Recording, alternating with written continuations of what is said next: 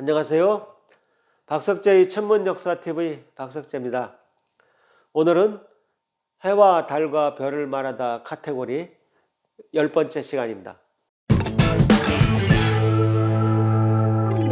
오늘은 북두칠성과 남십자성에 대해서 안내해 드리겠습니다.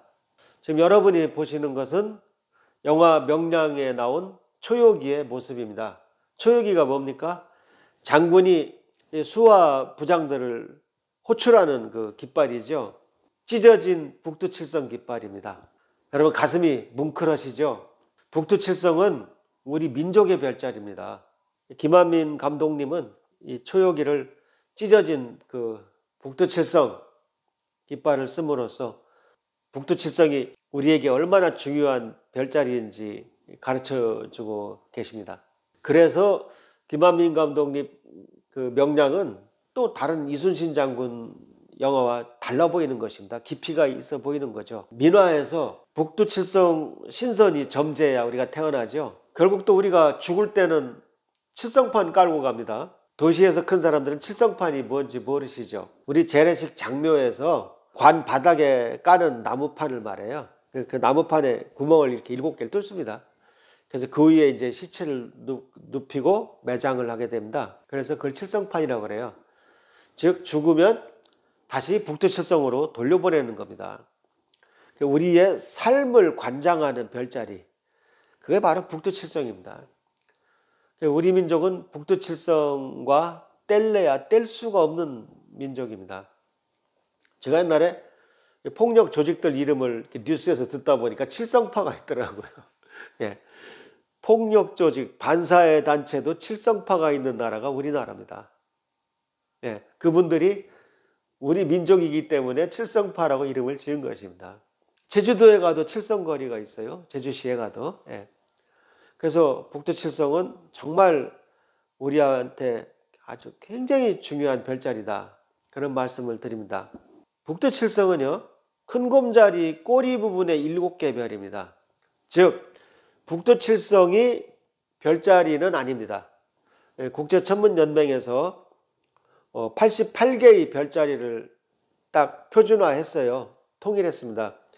근데 그 중에 큰곰이라는 별자리가 있어요. 큰곰이라는 별자리의 꼬리 부분 7개의 별을 북두칠성이라고 합니다. 그러니까 북두칠성은 독립된 별자리는 아닙니다.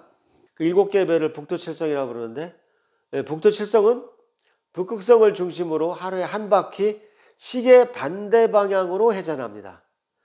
꼭 기억하세요. 북두칠성은 북극성을 시계 반대 방향으로 회전합니다. 그래서 밤새 지켜보면 북두칠성이 시계 반대 방향으로 이렇게 회전한다는 것을 알 수 있습니다. 얼마든지 회전은 해도 되지만 뒤집힐 수는 없어요. 북두칠성이. 여러분 잘 보세요. 요거 왜 가위표일까요? 이런 북두칠성 모습은 우리가 볼 수가 없습니다. 이쪽 왼쪽 보세요. 아무리 북두칠성이 회전을 해도 이런 모습이 나오진 않습니다. 이 모습을 좌우로 뒤집은 거죠. 이런 북두칠성을 보려면 우주 저편으로 가야 됩니다. 그러니까 북두칠성이 여기 있으면, 우리가 여기 있고 북두칠성이 여기 있으면 저쪽에서 봐야 북두칠성이 이렇게 보입니다. 이렇게 그리면 안 됩니다. 예. 가끔 보면 북두칠성을 상표로 쓰거나 뭐 그런 경우가 있는데 묘하게도 꼭 뒤집혀 있더라고요. 북두칠성은 가운데 있는 북극성을 돕니다. 이 끝에 있는 두 별을 쭉 따라가게 되면 북극성이 나오는 것이죠. 끝에 두 별, 알파, 베타 별을 따라가면은 북극성이 나오게 됩니다. 이 그림 보면 이제 북극성이 밝게 그려져 있는데요. 북극성이 이렇게 밝지 않습니다. 북두칠성과 밝기가 같아요. 전부 2등성입니다. 북극성을 1등성으로 오해하고 계신 분이 많습니다. 근데 북극성은 2등성입니다. 그 다음에 북두칠성은 전부 2등성인데 특히 네 번째 것은 3등성입니다. 더 어두워요. 이 그림도 잘 보면 네 번째 북두칠성을 조금 어둡게 그려놨죠. 작게 그려놨죠. 예. 그것은 실제로 더 흐리기 때문입니다. 북두칠성은 굉장히 별자리가 큽니다. 우리가 하늘을 위해서 이렇게 보면 한 뼘보다 더 길어요. 큼지막하게 올라옵니다. 봄철 초저녁에는 머리 위에 딱 올라오죠. 우리가 북반구에서 살면서 북두칠성을 못 찾아봤다면 그거는 게으른 겁니다. 참 이상해요. 그 호주에 관광 가는 사람들이 그렇게 가이드한테 남십자성을 보여달라고 한답니다. 우리가 저 북반구에서 일단 북두칠성을 좀 찾아본 다음에 그러니까 남반구에 가서 남십자성을 찾든 말든 해야죠. 남십자성은요, 그 자체가 하나의 별자리입니다. 독립된 별자리인데 그냥 별이 너댓 개밖에 없어요. 그다음에 굉장히 작습니다. 북두칠성만큼 크지가 않아요. 남십자성은 그 대신에 2개의 1등성을 가졌습니다. 독립된 별자리라고 했죠. 그 다음에 남십자성은 하늘의 남극을 중심으로 하루에 한 바퀴 시계 방향으로 회전합니다.